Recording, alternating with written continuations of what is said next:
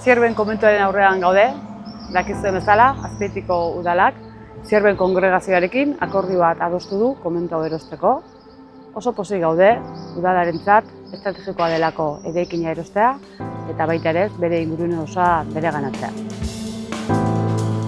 Herriaren erdian gaude, joan etorri handiko gune batean. Segurazki asko dira komentu honetara sartu direnak txertoa jartzera, belarritakoentzako zuloa egitea edo eta mesatara, baina oso gutxi dira eraikina eta bere ingurunea osotasunean ezagutzen dutena. Komentuak berak 3.254 metro karratu ditu eraikita. Beheko solairuak 1.254 metro karratu ditu. Lehen solairuak 1.040 metro karratu, bigarren solairuak 609 metro karratu, eta hirugarren solairuak 160 metro karratu. Oro har, egoera honean dago eraikina.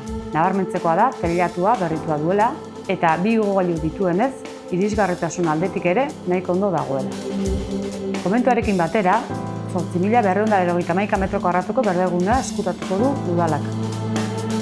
Gaur egungo Azpeitiko hiri antolamenduko plan orokorren arabera, eremu horrek ekipamendu erabilera izan behar du.